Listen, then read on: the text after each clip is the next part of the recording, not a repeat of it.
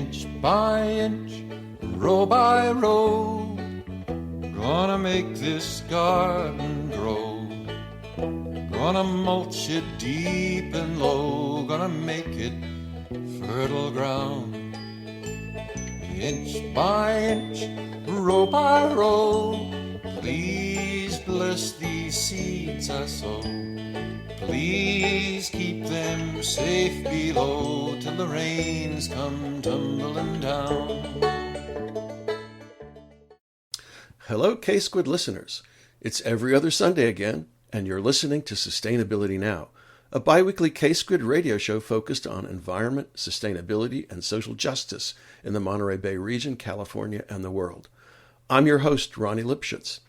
Many of our listeners cultivate their own gardens, but amidst the hurly-burly of daily life, gardens sometimes take second place to other needs. If you have procrastinated or have been too busy to sow your seeds, it's not too late to plant in July and harvest in October. That's what we're going to talk about today. My guest is Renee Shepard, owner of Renee's Garden and seed entrepreneur extraordinaire. And she is going to tell you what can be sown now to be ripe and ready in late summer and fall, and also cover topics such as heirloom, heritage, and hybrid seeds, and tell us where the seeds for your garden come from and how she gets them and distributes them. Renee Shepard, welcome to Sustainability Now. Thank you. It's a pleasure to meet with you. So why don't we start with some background on how you got into this business. In doing research for today's show, and I should add that I know nothing about the seed business, unlike other topics that we've had on the show. I read that soccer got you into the seed business. So when and how did that happen? And were you already a gardener when it happened? Oh, yes. Well, I guess you could say soccer got me into the business. My grandmother was a great gardener, and I spent Saturdays often with her and really enjoyed eating fresh food from the garden that she made me and we picked. So that was a really strong memory. And then I started a garden when I moved to California, but it wasn't that great. And I was a graduate student at UCSC, and we used to invite all the graduate students over for pickup soccer games on Sundays, and the European students, this is in the 80s, 1,000 years ago, and they were the ones who really knew how to play soccer because it wasn't that popular in the States. So we always used to invite all the Europeans we could. And I became very good friends with a Dutch couple. And he was here to sell lettuce seeds to all the growers in Salinas. We became good friends, and he saw my garden. He said, well, these varieties are fine, but how about some really good tasting varieties? Because in Europe, most people shop for fresh produce almost 2-3 times a week, and we breed more for flavor than what I'm seeing growing in the farms here. Mm-hmm. And of course I said, yes, I'd be delighted to try them. And then, so I tried some French tomatoes and Dutch lettuce. And then I got the idea, if I like them, then anybody else who had a garden would probably like them just as much. So that's how I got into the seed business. Well, that of course tells us what was the impetus, but what did you do then? Well, had got my PhD from UCSC in the history of consciousness, which was and still is an interdisciplinary program.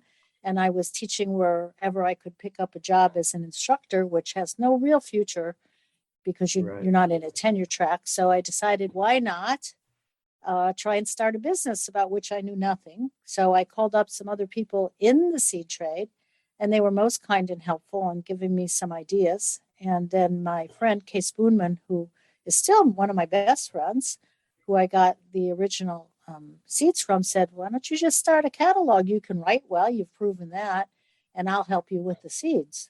So I got a second mortgage on my house and did it. You started writing a catalog and you imported the seeds? Is that how that worked? That's right. I wrote a print seed catalog called Shepherd's Garden Seed. This is back in the late 80s. We got the seed varieties from many places, United States, largely Europe, because we focused on all the European varieties. And then a little later, it was successful, and I started to sell flowers, and I got a lot of help and advice from the UCSC Farm and Garden and from Camp Joy, which is an organic a farm up in Boulder Creek. And then I started traveling and meeting people in the seed business. And it was just very good timing because people were getting very interested in food. And Right. I was really selling seeds for varieties that tasted great. Huh. I do have a question. Did you have any trouble importing the seeds with, custom regulations or anything like that? No, the seed trade is a very international business. If you go to the store and look at a seed rack, you're seeing seeds from probably 60 or 80 countries because seeds are grown where they grow well. And every seed comes with a phytosanitary certificate identifying its origin and showing a lab test. There is a lot of USDA bureaucracy involved, but it's manageable. Okay, no, that I get the phytosanitary certification. I know that sometimes people try to carry seeds across borders, which is apparently not legal because governments are afraid of I guess, invasive species. I'm not quite sure. Anyhow. Pests and diseases and invasive species with pretty good reason. It seems totally unfair that you can't bring a couple buckets from here or there, but it's probably the right intention anyway. Yeah. So I read when I was doing the research, I read that Alan Chadwick was an important influence on you. And why don't you tell us how that was, how he influenced you? Would you want to say something about who he was? Well, why don't you tell us who he was? Well, Alan Chadwick was a tremendously interesting and wise man who started a garden here and in several other places at the Zen Center up in San Francisco and a few other places. And he was an early advocate of organic gardening and gardening by the seasons. I did not know Alan directly, but a lot of the people I worked with were very influenced by him. And he's one of the progenitors of the whole organic movement in the United States. So you could not live in Santa Cruz when he was around without being influenced by him. And most people who helped me knew and revered him. Yeah, well, I remember he wasn't the founder, I think, of what became the Chadwick Garden on campus, but he came. Yes, he came. He did. He was. Yes, he was brought here by the original provost, Page Smith, to start a garden. Okay, that's right. On that very unimpressive piece of land just below Merrill College, right? Or was it elsewhere? Yeah. It started out as the garden by Merrill, and it was unbelievably wonderful garden. A lot of people became gardeners and went into the area of farming and food because he was an incredibly inspiring and charismatic person. They don't make them, just a few come around in each generation. He influenced a tremendous amount of people who I respect and revere. Yeah, our listeners should know that the garden is still up there, and it probably has regular open hours, but it's quite an impressive site. Did you ever work? Did you work in the garden or maybe on the farm? Neither. Okay, so he was an influence without you being sort of initiated into gardening there. Do you have a philosophy of gardening? Well, I'm not sure what you asked. You gave me these questions in advance, but I'm not so sure what you mean by a philosophy of gardening. I'm an organic gardener. I use organic techniques and have done so in our trials for many, many years, with all that implies. I am interested in finding varieties that are easy to grow for most people in their backyard, but widely adopted, and that the vegetables are chosen for ease of cultivation and because they are really good to cook with, and for flowers, for ordinary flowers, but in all their forms and colors. I'm interested in the stories of seeds because seeds are closely tied to human history. So it's really a fun business to be in because you hear about stories and how people use things and where things come from. And there's always tales and stories to it. That's what's really fun. Well, by philosophy, I meant, some people plant gardens for, transcendent purposes, and others just to grow food. You mentioned the history of seeds. Do you see yourself as being in the sort of business of propagating seeds through history or something like that? Well, gardening is something that ties everybody together because we all do have to eat. And Mm-hmm. food is a subject of endless interest to everybody. So it's a common ground for every culture. And you can learn a lot about people and have something in common with them if you talk about food and you eat together. So I think it's a unifying principle for anybody from anywhere. Mm-hmm. So I think that's one of the things that interests me um, about it. So I don't think just growing that I do just grow vegetables, but through that, I've learned an awful lot about a lot of things and a lot of people. I wanted to ask another question about history, and that is, have you ever thought about how people discovered that you could plant seeds and grow food? Well, I think that was probably a long, gradual process because it's not too hard to figure out that a seed grows into a plant because they do it before your eyes. Yeah, but I've always been sort of mesmerized by this idea that hunter-gatherers were going around collecting various kinds of wild seeds, and somebody noticed that when they fell on the ground, they started to grow and said, "Oh, well, we could do that too." Of course, I'm projecting backwards.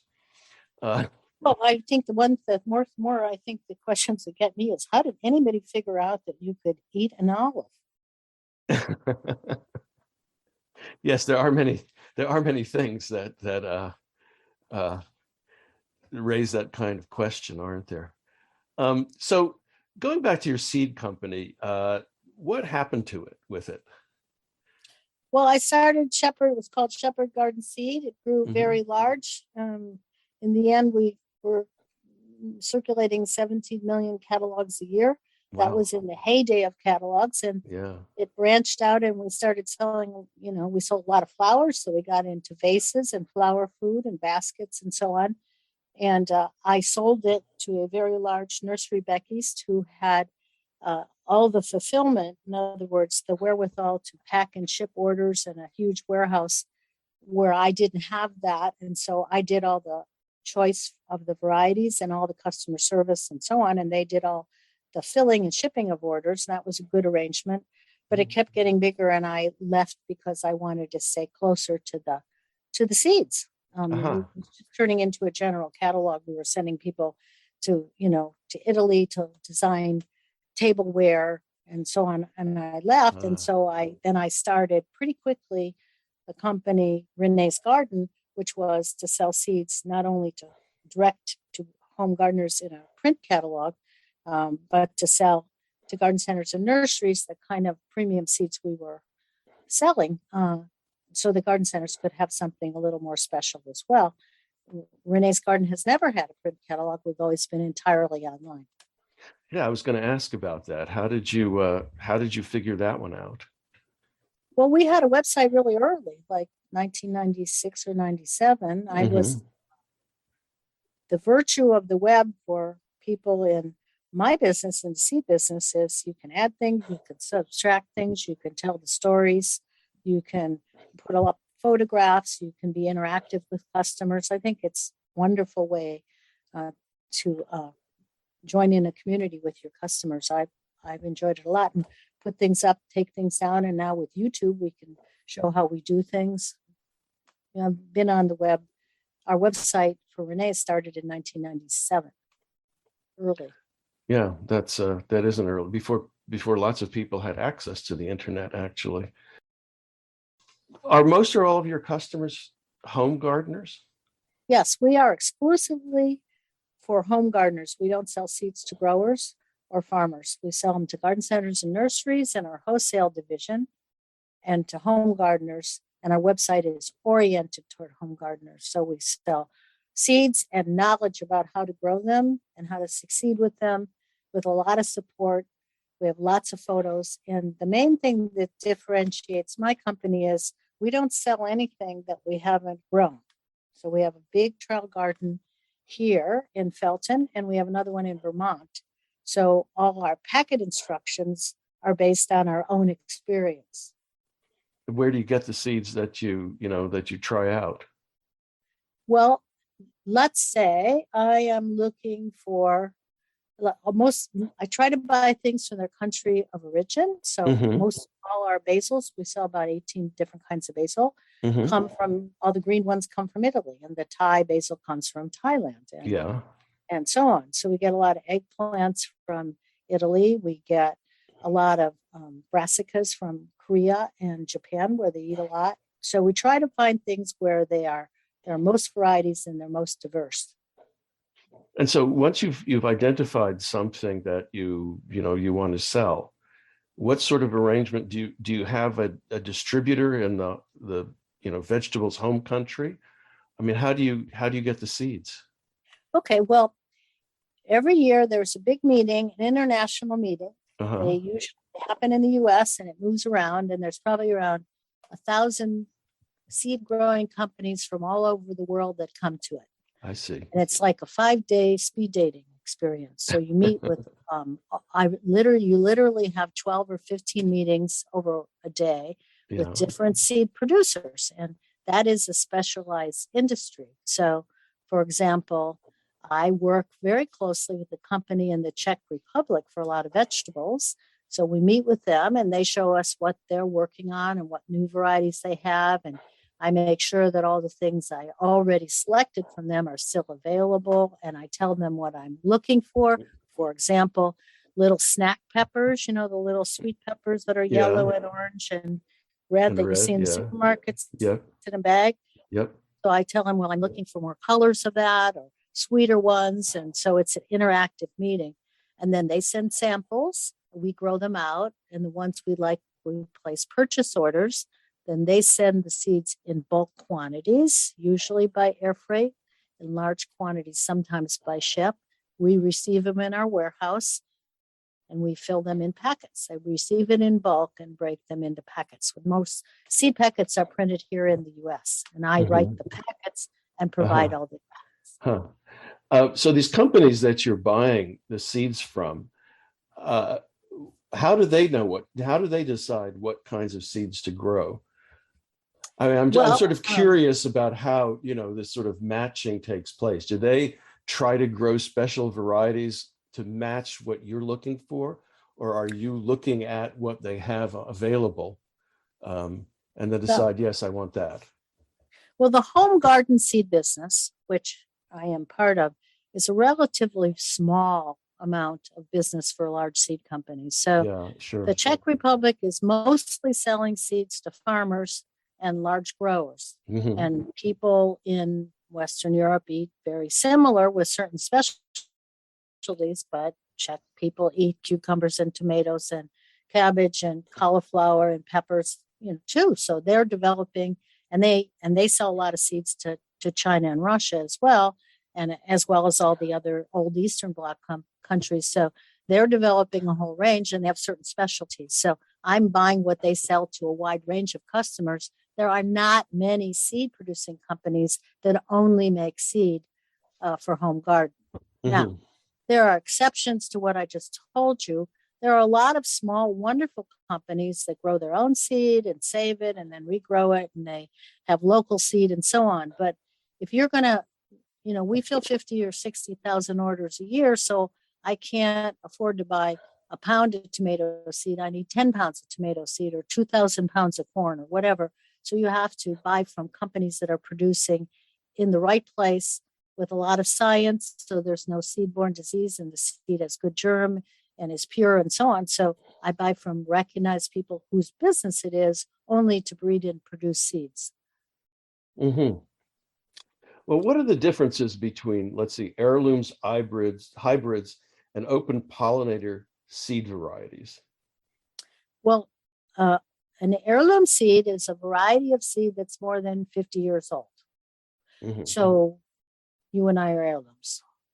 But all heirlooms are also open pollinated, which means that the seeds are pollinated either by some plants like tomatoes are self-pollinating. In other words, they have male and female exchange the necessary components right on the plant, or they're pollinated by wind, like corn seed, or by insects, which is why bees are so important. The bees move the pollen around. And therefore, if it's open pollinated and you save the seed, you can plant it again and you'll get exactly the same thing if it's properly spaced from another similar variety. A hybrid variety is what a lot of modern vegetables are. That simply means that you choose a male. Let's say you decide you're going to make a tomato hybrid, and you want one that is, you take a male that may, you save the male parts of the flower, that you put the one variety in a greenhouse and you emasculate and you save only the female flowers, and then you introduce the male,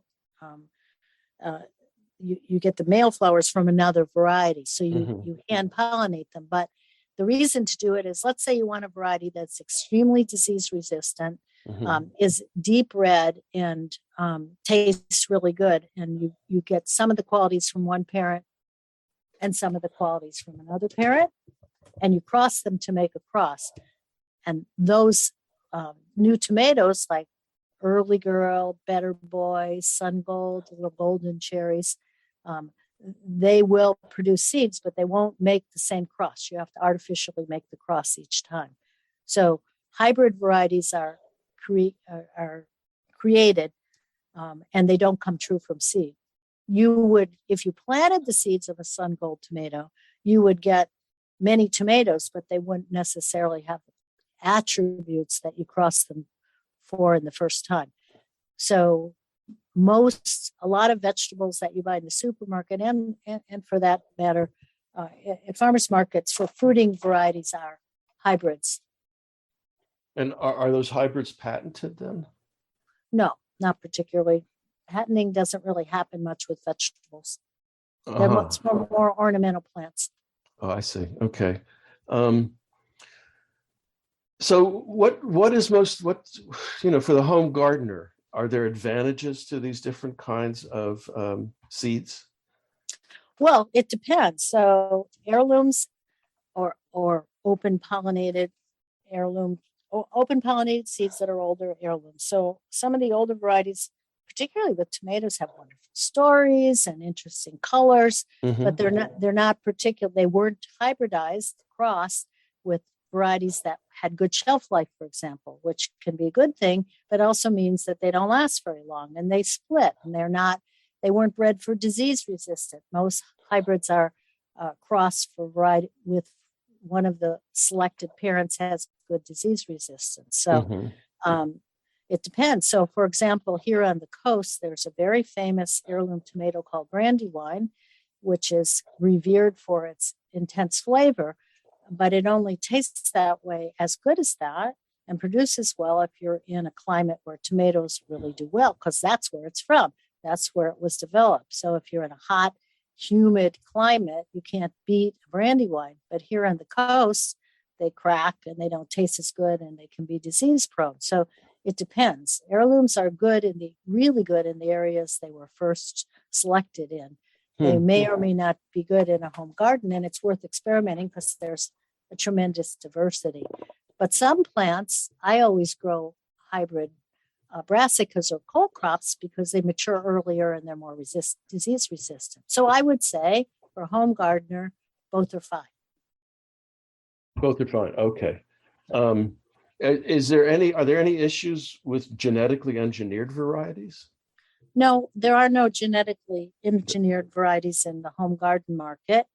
There will probably never be, because our customers don't want them, wouldn't buy them. We would all have to sign our life away to even offer them. They're very expensive. It's just not part of our marketplace.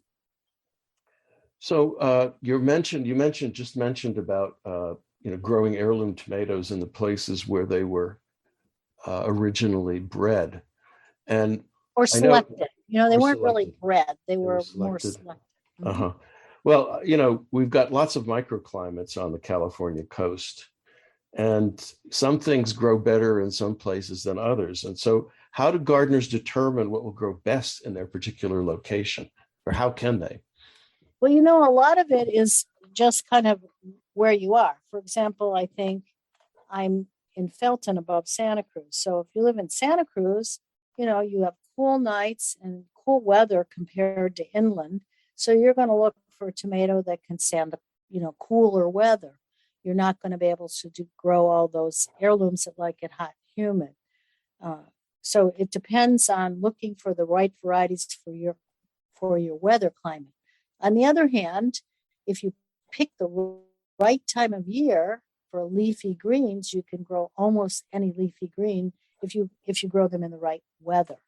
So fruity vegetables have more requirements than leafy greens. So what grows well in this area?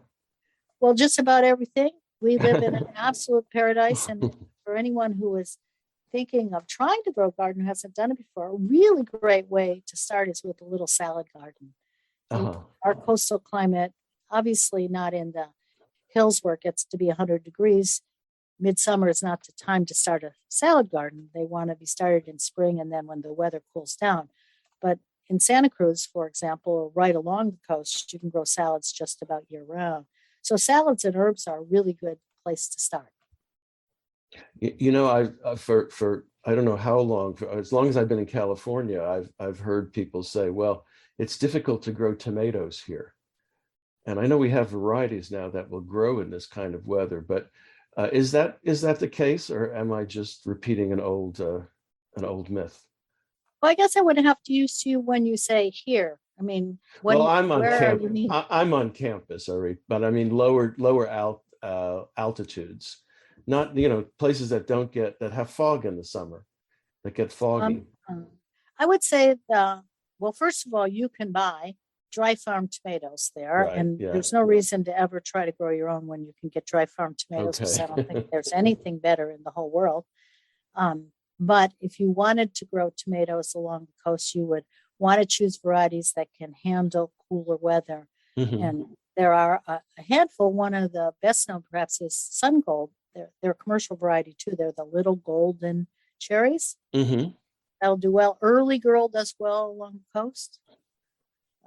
Supiche. I mean, you just go to the local garden centers who will give you some guidance. Okay.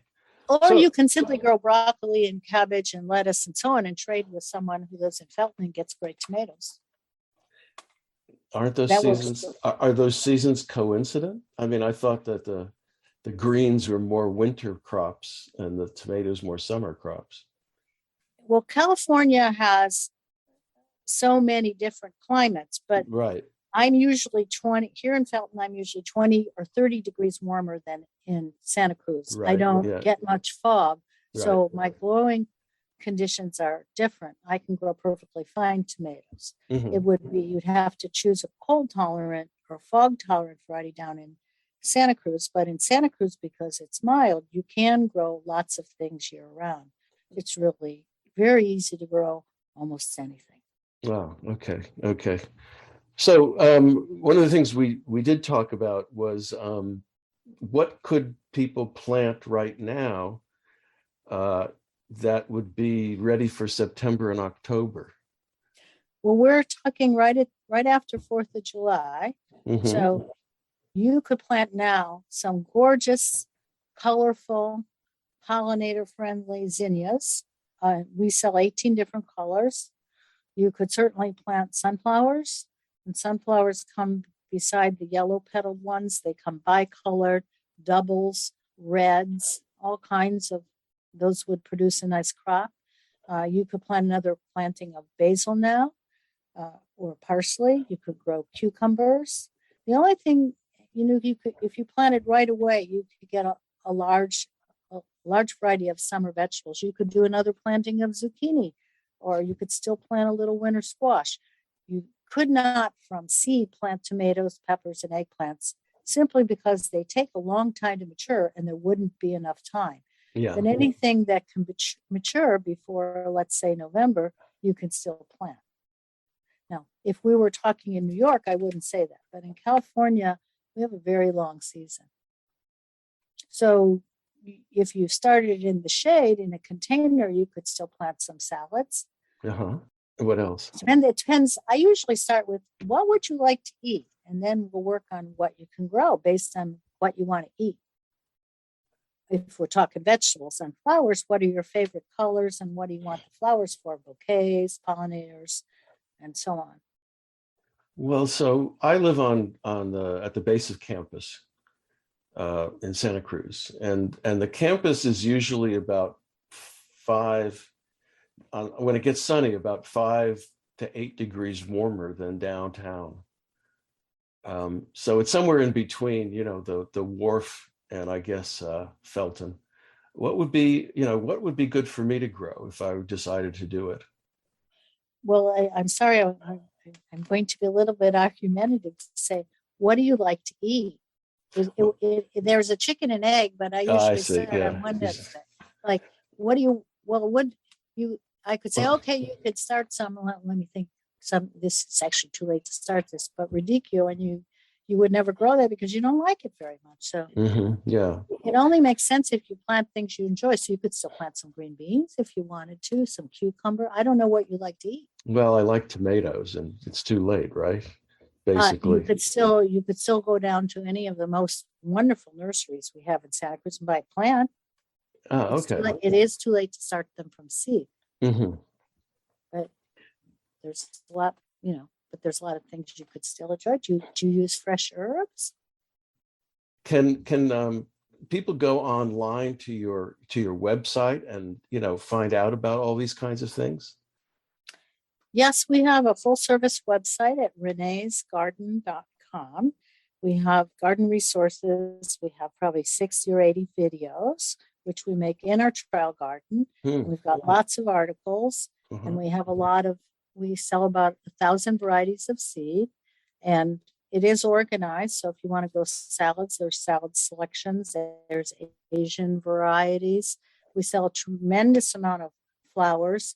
So the goal that you can achieve in Santa Cruz that not that many places can is you can actually plant a garden and go out in it and decide what you're going to eat based on what's growing. So you can really become much more independent in your food choices and get a lot of pleasure out of it. You can support an ecology in your backyard that feeds all kinds of wildlife and supports pollinators, and you can have more birds that way too. And it can just be a delightful environment, and you don't have to go to the store that much. That's the goal. Uh-huh. Well, So you could also do it by cuisine. I like Mexican food. Okay, I'm going to go oregano, and I'm going to go cilantro and tomatoes and peppers and tomatillos. It depends what you enjoy cooking. Well, let me shift the topic a little bit here.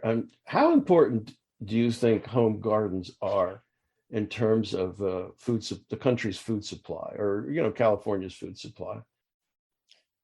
Well, seed companies that sell seeds for home gardeners during the pandemic, on the average, increased 150% sales, if that tells you anything.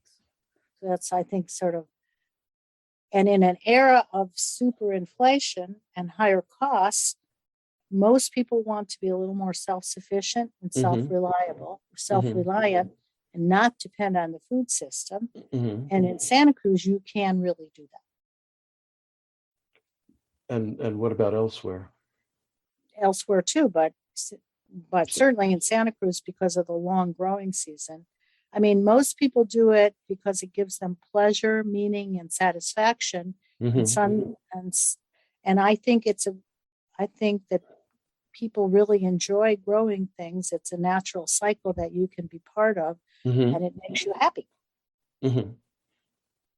So there are therapeutic reasons to be a gardener, as well as nutritional. I've been a gardener for so long, and it's such a focus of my life to kind of stand back and say, well, what are the good things about doing something that is integral to who I am? It's really hard for me to step back. It gives meaning to life. It makes you part of nature. It's fun. It's great exercise. It's beautiful. You create a beautiful environment. You encourage wildlife. There's no negatives. No, I suppose there aren't. What haven't we talked about? that you might like to talk about?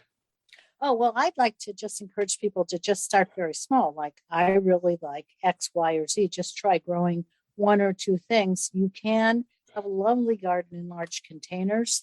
We specialize in varieties, especially for containers. So Mm. we have varieties that are compact and developed for containers. So we have short tomatoes, zucchinis that don't spill out all over and vine all over. We have lots of lettuces that you can grow like grass and then cut off and just eat the tops. Mm-hmm. So you can have 5 or 6 pots in your backyard and harvest a significant amount of really delicious things. And you can grow your own flowers, which is a delight and pleasure in every regard. So you just start small, and it doesn't matter if everything works perfectly. And ask other people. Gardening is something that you can learn from your friends and your neighbors, and everyone's eyes light up because it's really fun and people love to share it. It's a language that people can, if you talk gardening, it doesn't really matter who you are, where you came from, what your educational level is, or anything. And it can make a real difference in people's lives. I like what I'm doing and have done it this long because it's a business that involves stories of hope and success. So we donate a lot of our outdated seeds to like prison gardens, community gardens, school gardens, and there's so much positive things going on in those areas that you're just joining a network that's making the world a better place. And that's a great network to be a part of. You just mentioned that you give outdated seeds to various places. Is that seeds from the past season? Yes, seeds are like racehorses. Seeds are like racehorses. They have arbitrary birth dates. Uh-huh. So every year we pack seeds for 18 months. That's the federal law. Does that mean they'll all die in 18 months? No, it's just the way the rule is, because years ago, people used to buy a rack of seeds, set it outside their drugstore and sell it for 10 years. And of course, half the seed was dead by then. So there are many laws in place about minimum germination. So we have to retire the seasoned seeds at the end of the year, and then they become donations to a wide variety of causes, both here and abroad. Uh-huh. Oh, okay. So we skipped a lot to food deserts, places that don't have access to food, empty lots. I mean, it's unbelievable all the ways people make use of them. It gives me great pleasure and satisfaction to correspond with them. So it's something very positive in a world that seems very negative. Growing, Voltaire said, well, when all else fails, there's always the garden, and it's true. It's always a positive. Well, okay. I don't know if there's anything else you'd like to talk about, or there's nothing else that I would like to ask at this point. Sorry, I think I've just chattered away. It's a lot of fun.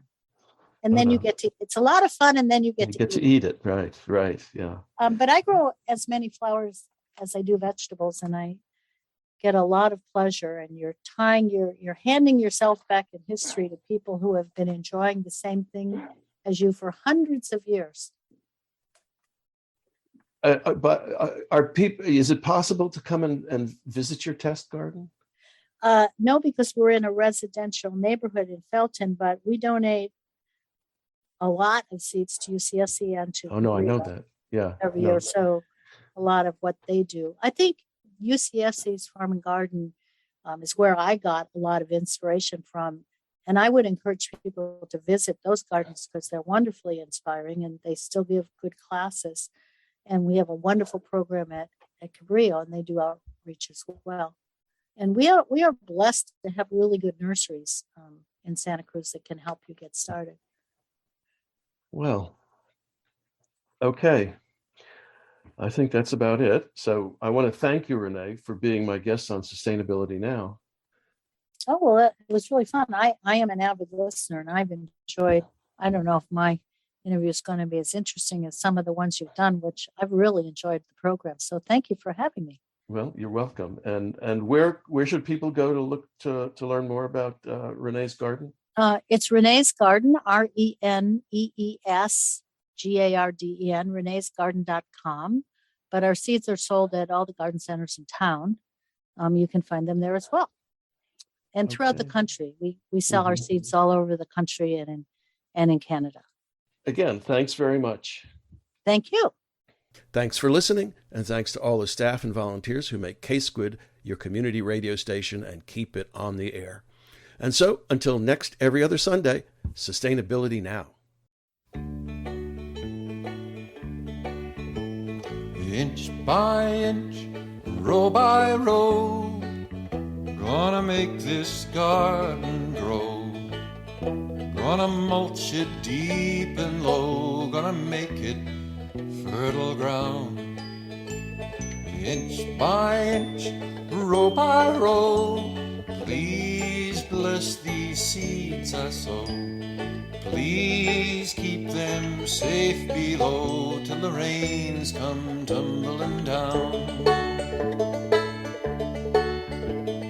Pulling weeds, picking stones, we are made of dreams and bones. Need a spot to call my own, for the time is close at hand. Grain for grain, sun and rain, find my way in nature's chain. Tune my body and my brain to the music of the land. Inch by inch, row by row, gonna make this garden grow. Gonna mulch it deep and low, gonna make it fertile ground. Inch by inch, row by row, please bless these seeds I sow. Please keep them safe below till the rains come tumbling down. Plant your rows short or long, seasoned with a cheerful song. Mother Earth will make you strong if you give her loving care. Old crow watching from a tree got his hungry eye on me. In my garden I'm as free as that feathered thief up there. Inch by inch, row by row, gonna make this garden grow.